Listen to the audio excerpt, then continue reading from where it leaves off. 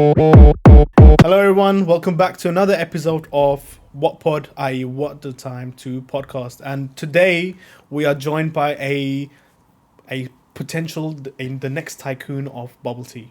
We are having so many different flavors of bubble tea nowadays. However, the best bubble tea flavor that you're going to get is only at SIPP, which is placed in north of London. And we're lucky to have one of the part owners of SIPP here today as a guest speaker, and Adeel, lovely to have you again on this podcast. And as we have spoken earlier, we've actually come to the conclusion to have Adeel coming on to WATTPOD as a co-host, mainly because he has a love for podcasting, but also because he's such a great talker. He's such a great speaker. We thought it would add extra great value to WATTPOD, i.e. What a Time to Podcast. And actually benefit all our viewers and listeners in the knowledge that he has, and also the questions and the content that he can get out of our future guest speakers.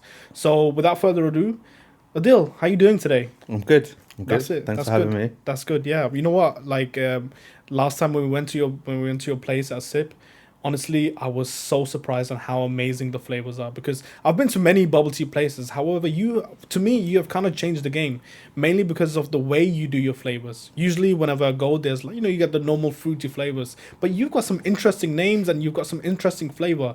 Is that something that you experiment on, or is that something that you've been working on in behind the scenes or anything on coming up with these flavors? Yeah, I think for us, we were conscious of doing something a little bit different. Like there's a bubble tea shop opening every corner, including ourselves. So we didn't want to just become a repeat of that. It's also, the industry's got a bit of a stereotype now for just popping up in different locations en masse. Right. So what you mentioned there about being a little bit different, it was intentional to do that. So whether it be getting supplies from a different place or mixing certain flavors, getting something that's a little bit out there, going down the more exotic side. We wanted to create a sort of environment where you can only get drinks of that type and that caliber from us only, which effectively it helps us, stand out from other bubble tea shops. Yeah, I think like you just mentioned, standing out, because when we visited that place, it is not your regular bubble tea place. It's actually a very lovely environment, and like the sweet decor that you have, the clouds that you have. I went in there with my wife and my kids, and they even my kids really enjoyed just sitting there and just looking at the clouds and stuff. Yeah. How did that come about? It wasn't intentional. We wanted to have something that at the time of opening, there wasn't actually a bubble tea shop that we were aware of that had a sit down spot like that. And we wanted to create an environment where people will come, sit, chill, and actually spend a bit of the time there, more of like a destination spot, as opposed to just a grab and go sort of environment. Because for us, we felt like you can't really build a relationship with our customers effectively. And we wanted an environment which we could do that. So the cloud and stuff like that, which you're referring to, it's a little bit different to the usual flower wall. Flower walls, you can find them everywhere. Yeah. And we wanted something a little bit different, a little bit unique, and a little bit more signature. And I think now when you do see something like that, you might see it somewhere else, but we'd like to think that you would think of us, whether that be a good thing or a bad thing. But we want to stand out in different ways, not only just for drinks. Yeah.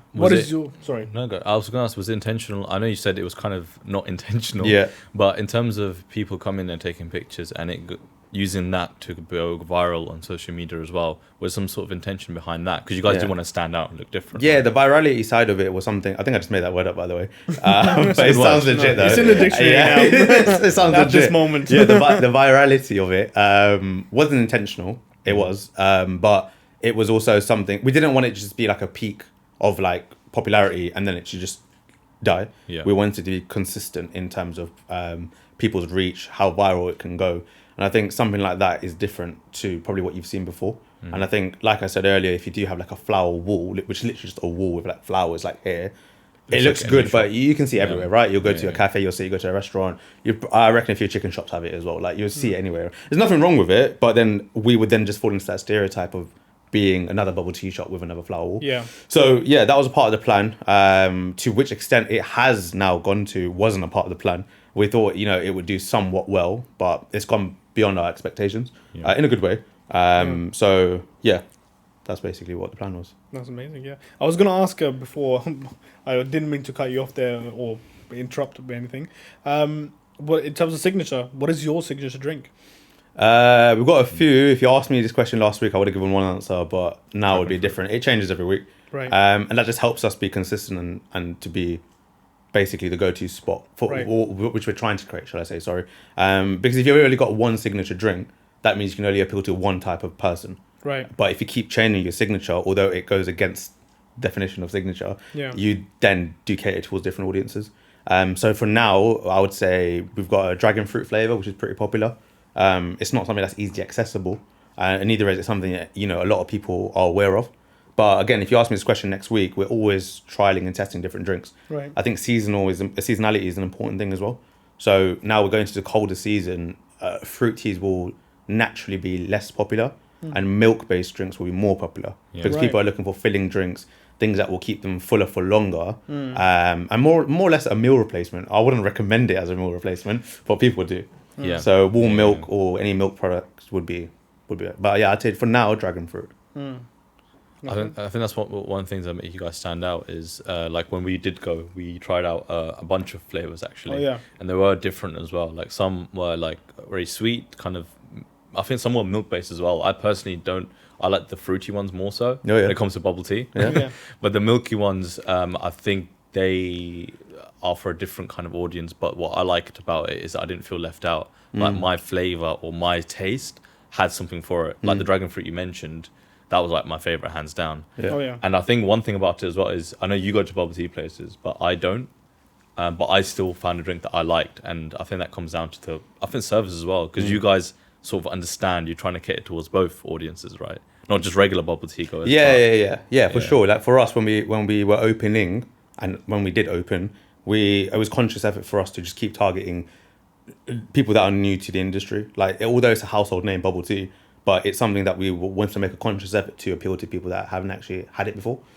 And I think what we found is that trialing and testing products, a lot of them were tailored to what we called expert boba drinkers. People that want a specific tea, specific sweetness level, specific ice, specific size. Everything is to the increment, right? But for someone like me who, before having SIPP, wasn't actually a regular bubble tea drinker. So for me, the simplicity was key.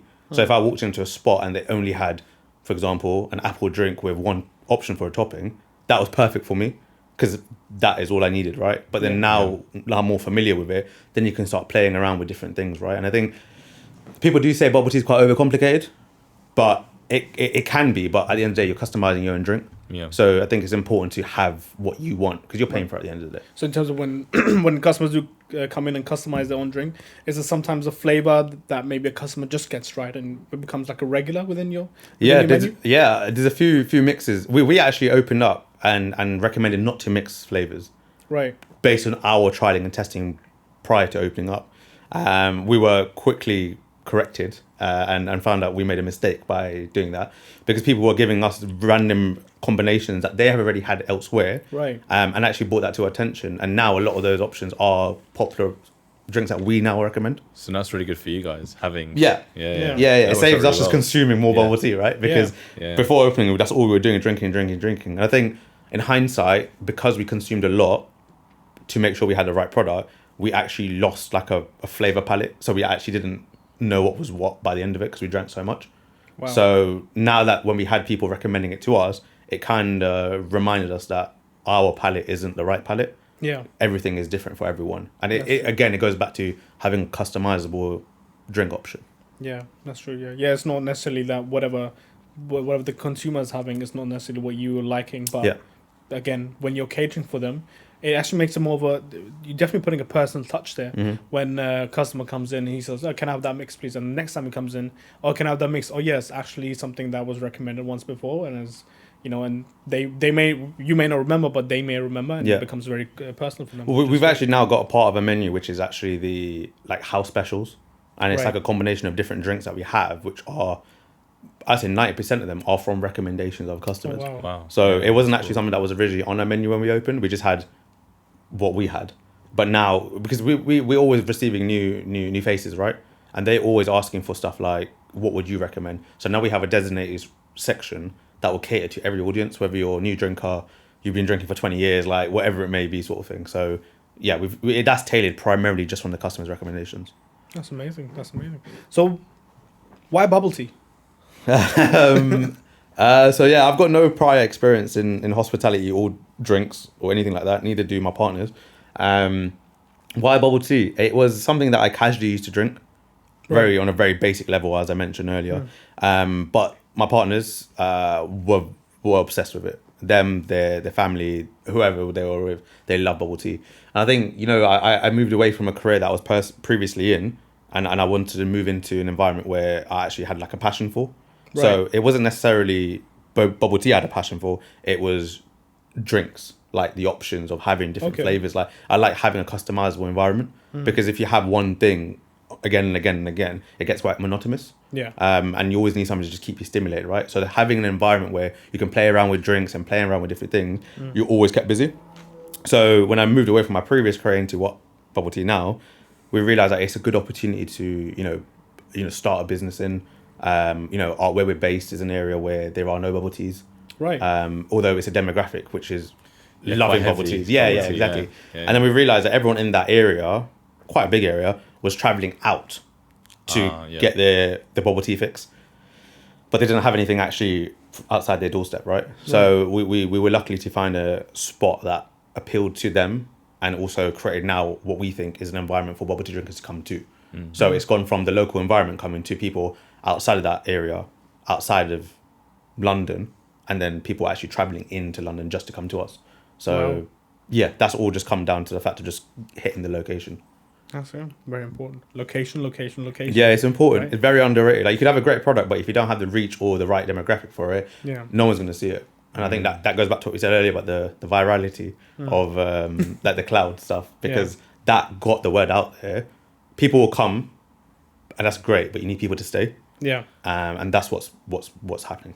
I think one interesting part as well, if we go back to, you guys decided a location, you also had other shops, not bubble tea shops, but other shops, a lot of shops and restaurants in the local area.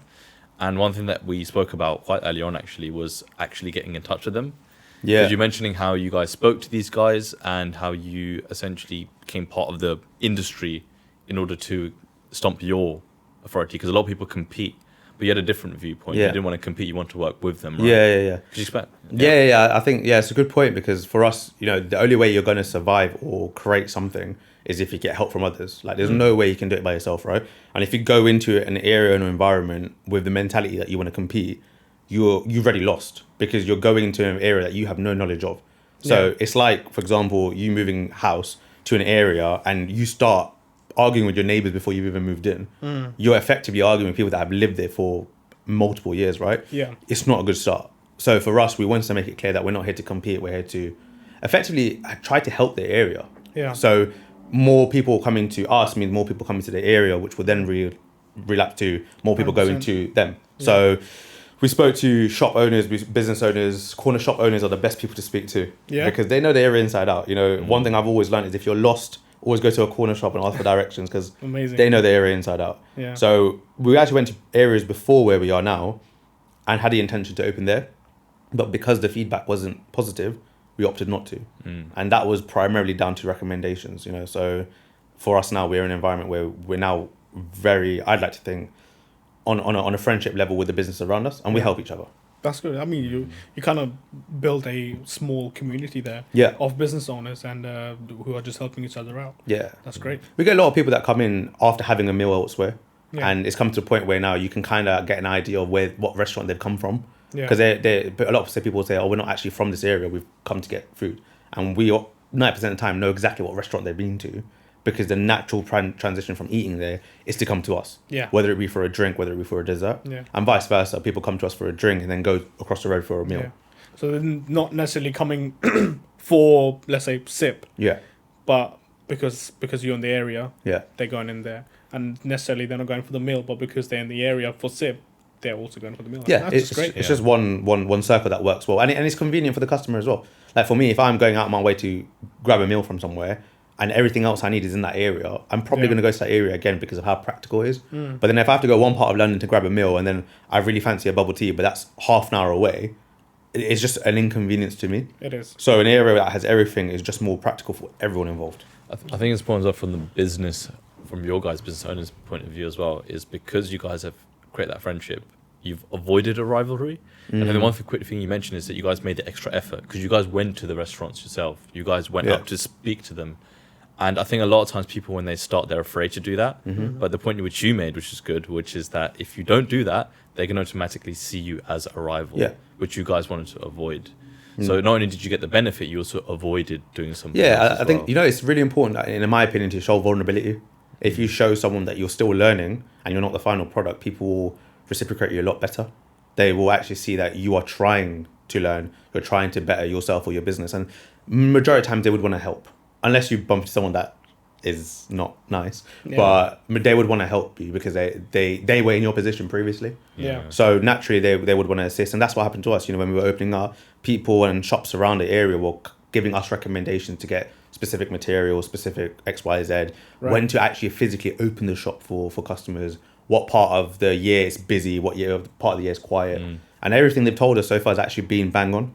So, and then that validates what they're telling us is true, which again reinforces that they are looking out for us. And because we're in a completely different trade, it's a win-win for everyone involved. It is, 100%. If we open up a shop where there's a bubble tea shop already in that area, even if I went with the most honest approach with only goodwill intentions, it will come across negative because I'm now in their field. But it's good, like you're finding support where you don't even, especially for our viewers, right? It's the lesson learned here is you're looking for support, and sometimes where you don't even know where support is available, it is going to be available for you in some sort of aspect. So Adeel, one of the things we talked about in terms of the business, we also touched upon SIPP, speaking to other businesses, but I wanted to delve a bit more about running a business and what are some of the challenges. Actually, first question I have is what is the one thing that surprised you, which you didn't think was going to be as difficult, but one thing which you now realize is very important and is proving challenging?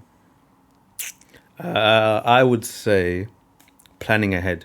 Okay. Forecasting. Because we forecasted 2 quarters ahead, but by the time we were in the middle of quarter 1, we quickly realized that our planning was way too short. So it goes back to like innovating and keeping on top of trends, and also making sure you've got enough stock supply and enough liaison with the people that are getting your stocks in and etc. Right?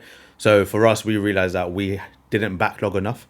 So we had stock available, for example, up to Q2, but our stock supplies were diminishing by the middle of Q1. So we quickly realized that we didn't have enough stock.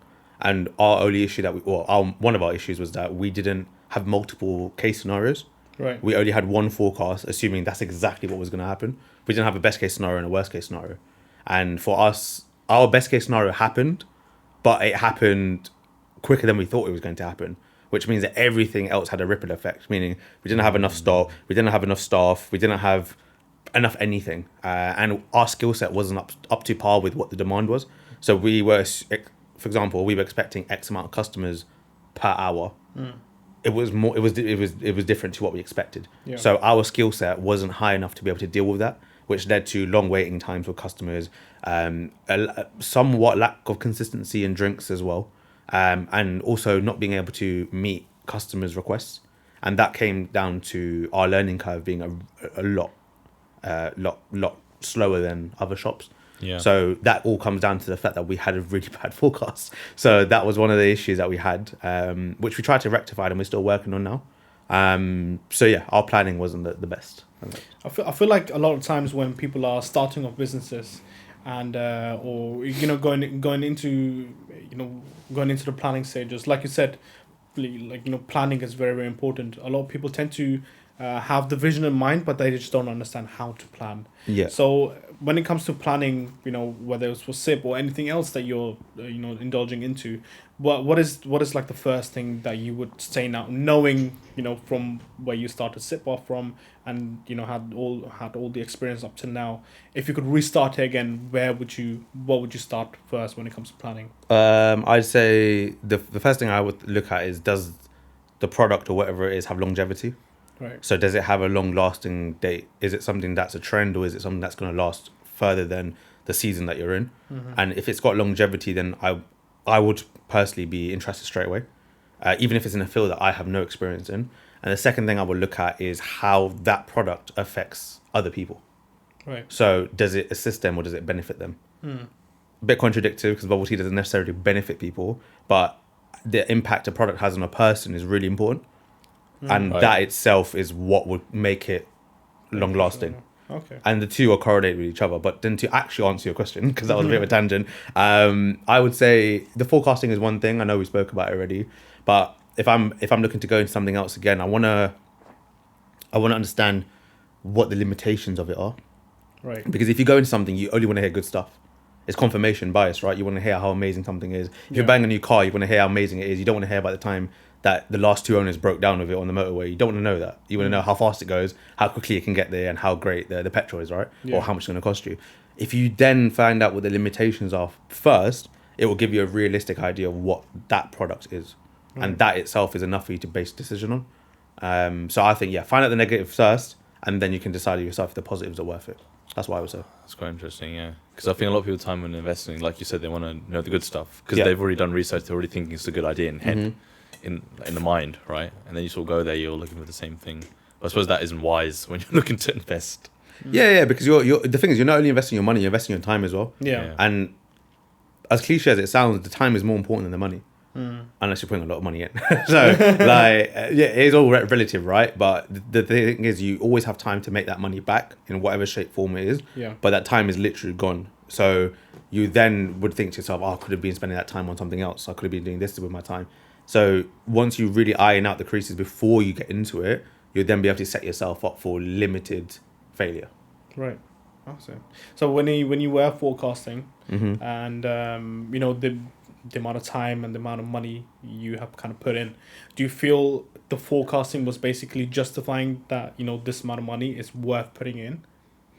Yeah, I'd say so. Yeah. And again, that was because we created a best case scenario in our forecast. Yeah. So we said X amount will get you this. That's what our forecast is going to be. And then we ended up not even doing what was on the forecast, if that makes sense. Right. And that itself showed us that there was confirmation bias, there was recency bias. Everything was just pointing towards what we wanted to get out of it. But then again, if you took yourself out of it and did it the flip side, it would have been a different experience for us. So since then, have you kind of restructured your approach? Yeah, we've now got multiple scenario options. Right. So A, B, C, D, and E. So we've got A being the best case scenario and E being last resort. Right. Would you also recommend that approach for someone who's just starting out as well? Because you mentioned the importance of forecasts. They should have multiple scenarios set up as well. Yeah, 100%. I think I'm personally going to apply that with anything I do now.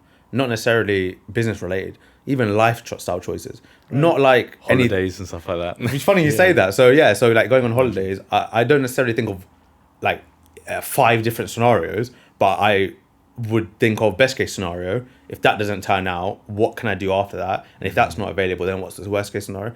It's a bit OCD, it's a bit over the top, but I think it does make your life a lot more easier. If you do find yourself in a scenario that you didn't expect to be in, the repercussions of it is quite dangerous because you don't know what the knock-on effect's going to be. You end up spending more money than you needed to. You end up wasting time. You end up getting to yourself in a situation you don't want to be in. Like an example is like when we opened up, like legality was important. So the right paperwork, the right solicitors, and we did everything by the book, right? Which everyone should. I'm not suggesting you don't. Although that costs more, it took more time. We now are at ease knowing that we're fine. Yeah. But then you hear these stories in the paper where people have took shortcuts. They've not filed their taxes completely right. They've not done X, Y, and Z, and it ends up costing them more than it would have. Yeah. So shortcuts aren't the best thing. Yeah. So I think have multiple scenarios. Yeah. No, that's really great. Taxes. That's actually a very. Okay. Yeah. Have you filed your taxes now? Taxes is a very daunting thing. Actually, I think a lot of people do not actually understand how taxes can affect their business. We've seen it from like big time celebrities, like sometimes like Kevin Hart has talking about how he handles his taxes. Like any money that he comes in, he splits in half because he knows half of it is already going into taxes or anything. Like he just says, I do not own that money. How when it comes to taxes, because there's 4 of you, how do you kind of approach that? How do you approach taxes or any money that is not going to be coming to your pocket? I think it's the same rule for any sort of income and expenditure. I think you need to have a budget in place. And again, I'm going to repeat myself: best case and worst case scenario. Yeah. And you always need to make sure that your finances can take care of the non-negotiables, meaning rent, stock, pay for staff. Those are things that are going to be paid regardless. Like whether you like it or not, they need to be paid. Yeah. You can't unpay your staff. You can't get a free month of rent from the location you're in. And neither can you just not have stock. Once those are taken care of, then the other expenditures can take care of themselves. Right. I think sacrifices have to be made. So if it means you doing shifts at this said location instead of hiring staff, and meaning it will save you money because you're not paying yourself, it needs to be done. And I think that itself is quite a reality check, because you naturally go from a corporate lifestyle where you're going to get paid regardless, right? You're going to get paid from the moment you come in, the moment you go out. But if you don't turn up for work at your own place, the business is not going to run itself. So you need to make sure that either you or staff is there. And if you can't afford staff, then you're the person that has to do it. Like in corporate life, you get 24 to 28 days of annual leave, right? As soon as you clock out from that week, you don't care what's happening at your workplace. You're clocked off. But you can't have that in this scenario. I think that's an interesting point as well. Just now going from specific to general, working from that 9 to 5, like you said, clocking out, not caring, versus now caring about the whole business. Yeah. How was that shift for you? It was expected, but not to the extent that it has been. Okay. Meaning it's non-stop. Like there's always something to take care of. There's always something to sort out. I think fortunately for us, because there's multiple partners that we have, it allows us to spread the workload and whatever it is. And I think one thing that we learned very quickly over time is that just let people focus on what their speciality is. I don't have any. But like if someone is good or great at something, leave it with them, trust them, they'll get it done. The last thing you want to do is delegate certain things just for the sake of delegating.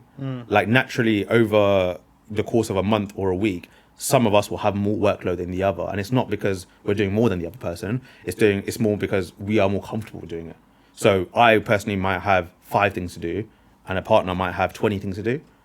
They would prefer having those 20 things because they know they'll get it done, job sorted, not have to worry about it ever again. Right. But then if you get someone like me in charge of taxes, for example, I'm probably going to file it incorrectly and get us a hefty fine by the end of the tax year. Yeah. So yeah, I think going back to your question, that transition was difficult, but it's quickly to learn, just play to your strengths, I'd say. Yeah. That's right. I think one of the things that you do quite brilliantly is the fact that you are, using marketing in a very, very interesting way. I mean, we touched upon the virality of even I'm going to start using it. Yeah. Of the place itself, but you have also worked with influencers. On your marketing. Is that something that is that something you planned out, or is that just did it just happen? How did this come about? That definitely was something that was planned. Right. But it was planned in a way that we wanted to execute it in a natural way. I think it's great getting influencers. I don't even like the word influencers because it's a bit weird, right? Like I don't know what they're influencing. Yeah. But I say bloggers, right? Right. Yeah. Yeah. We'll say bloggers. Yeah. That was definitely intentional, but it's getting the right bloggers in. So if someone is known for blogging lifestyle and fashion, great, they might have a great following, but not going to be relevant for you guys. Yeah, it's just not going to be great for us. Their audience doesn't really care. Exactly. Yeah, and vice versa. If someone's got food blogging and then they put up a post of a fashion lifestyle haul, whatever that is, it's just not going to go well, right? Yeah. So for us, we wanted to get the people who are in our local area and actually wanted to help us. So by them being local to us, they really put the word out for us, and then that just led on to people coming to us and wanting to again assist us. And our plan was to do it in a way where it was natural and not forced. You can go down the route of marketing in your face. You can't get away from it. Every corner you turn, you just see the brand. I personally, for me, I don't think that's that effective, primarily because it becomes overwhelming. Right. And you don't want to force a consumer to come to you. You want them to make the decision themselves. And I think by doing it naturally and subtly and targeting specific people in specific areas with specific needs and wants will then correlate to them wanting to come to you. Right. And that as a consumer is more important. For me, if I'm buying something, I'm going to go buy it if I want to buy it, not because I've seen it everywhere.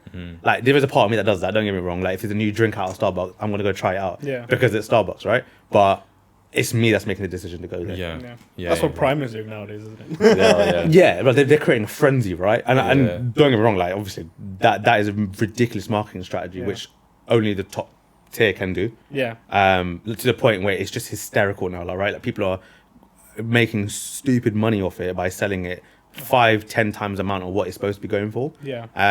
But yeah, I think look, for us, we know that people buy into people, right? People don't buy into products. So if you create a service that people want to come to, they will stay. Well, that's the thing. You're not just selling the bubble teas themselves. You're selling your brand. You're selling SIPP. Yeah. Right. And if it's so much in your face, people might get sick of the brand, which kind of defeats the purpose of why you're doing what you're doing. Yeah, we want to create an experience for the consumer, right? It's not just coming in, buying a drink and leaving. Like, we want them to come actually feel at home. Like, there's so many people that will come and we would actually have a genuine conversation with them. If it's not busy, we don't want to hold up people, right? But we've come to the point now where we know what's happening in people's lives, and vice versa, right? So that makes a big difference. If I go into a place and they know about me and they ask me how Arsenal's doing or like whatever it is, it's that little sentiment that makes a little bit difference. And that's what we wanted to create. Yeah. Well, thank you very much, Adeel, for being on our episode today. And as our viewers, I'm very sure, again, they must have benefited a lot from your insight and from the knowledge that you've given, especially when it comes to like starting a business and transitioning from a normal 9-to-5 into a something that you're passionate about. Not necessarily, like you said, bubble tea, but however, kind of working for yourself and actually, creating something that is your own. And really thank you for that. And just before we kind of cut off, is there some Instagram accounts or some TikToks that you want to plug right now? Yeah, we've got the same handle for both. So it's SIPP Bubble Tea, SIPP on the SIPP, and then Bubble Tea, all one word.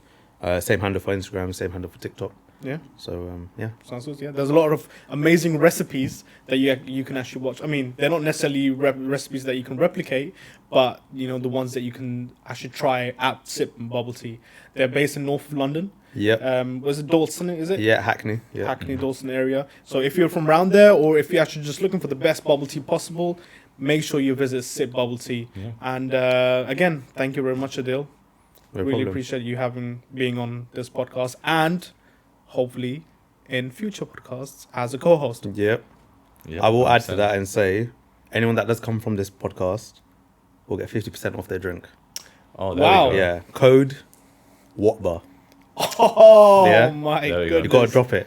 That's it. You got to drop it. So if you're watching this episode right now, if you go to SIPP Bubble Tea and you specify the code WHATBA, you'll get 50% off. Yeah, not online. You have to come into the shop. We don't have the setup for that. We're not that advanced. But come into the shop, we'll sort it out. Oh, great. Yeah, amazing. 100%. Thank you again. No worries. Make sure you like, you subscribe, and you keep on watching What a Time to Podcast. Peace out. Take care. Take care. Take care. What a time to be alive. Oh yeah, that's what it is. Smart. Oh, I was hoping there's nothing was the same as well. No.